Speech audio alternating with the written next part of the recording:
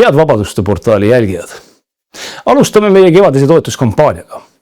Meie eesmärk on tegevust mitte ainult samas mahus jätkata, vaid ka järk-järgult laiendada. Pakutavas sisus mitmekülgsemaks muutuda. Seetõttu palve, kui sul on see võimalus, siis tule läbi vabadused.ee alalehelt toeta ja anna kampaanias oma panus. Räägin natuke laiemalt, miks võiks seda teha. Hiljuti täitus meie tegevuse algusest 3 aastat. Tegutseme selgelt parteipoliitikast väljaspoolt ja teeme seda ka tulevikus. Meie tegevuse eesmärk on suunatud ühele asjale. Isiku vabaduste kaitse võimude omavoli eest. 3 tegutsemisaastaga oleme jõudnud teha üksjagu asju.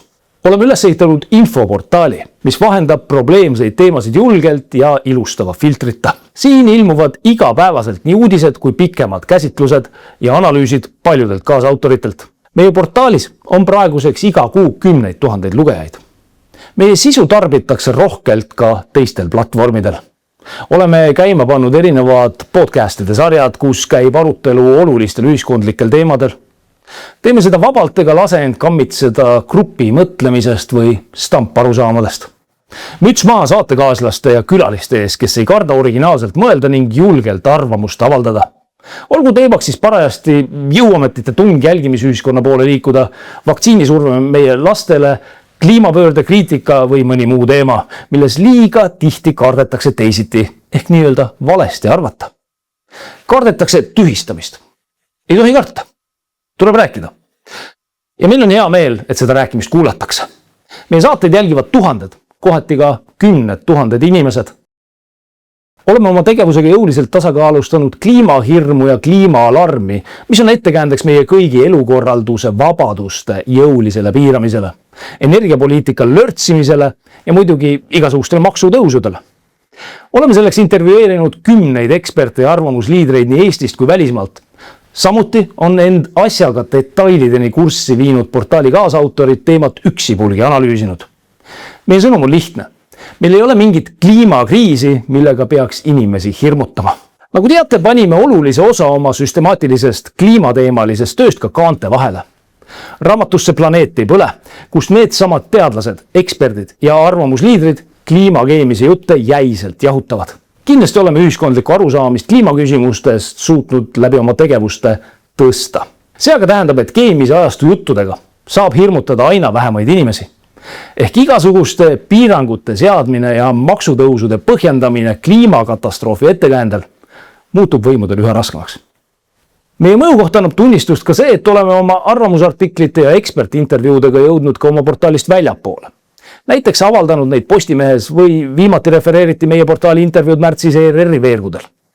See näitab, et suudame teemasid tõstatada ja pildis hoida laiemalt. Oleme teinud ka põhjalikke märgukirju Riigikogu liikmetele, selgitanud neile samu asju, mida teeme oma teavitustöös laiemalt. Ehk miks ei tohi me Eestis valekriisi kuulutades vastu võtta kliimaseadust ega ka sõnavabadust piiravat vihakõne seadust. Meil on käsil ka mitu põhjalikumat dokumentaalfilmi projekti, millest räägime kindlasti rohkem juba õige pea. Ja eks neid asju, mida teeme, saaks välja tuua küll ja veel, aga tahan teile nüüd öelda midagi märksa olulisemat. Me oleme saanud seda kõike teha vaid tänu teile, head toetajad. Just teie olete aidanud need kõige olulisemad teemad, meie vabadusi puudutavad teemad, esile tõsta ja seeläbi ühiskonnas nähtavaks muuta. Vaid nii saamegi võimu meelevaldsele käitumisele vastu seista ja tervet mõistust kaitsta. Meie eesmärk on seda tööd jätkata. Õigemini, oleme sunnitud seda tegema. Mitte kuskilt ei ole näha, et võim oleks meelt parandama asunud. Otse vastupidi. Valitsuse plaan on vähendada lastevanemate õigusi näiteks lapse vaktsineerimise üle otsustamisel. Jõuametites valitseb kodanike jälgimise küsimuses aga hoopistükkis metsik lääs. Ja isegi Riigikogu liikmed ütlevad juba sisuliselt, et riiki juhitakse jõuametitest nende kohta koostatud toimikute abiga. Aga see ei ole suund, kuhu mõistuspärane inimene tahaks oma riigiga liikuda.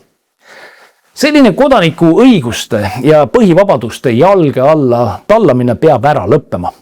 Võim ei saa kodanikule peale käratades käske jagada, vaid vastupidi. Peab teenima rahvast, kuulama rahvast, valitsema rahva huvides. Selle nõudmine ongi kokkuvõttes see töö, mida toetad.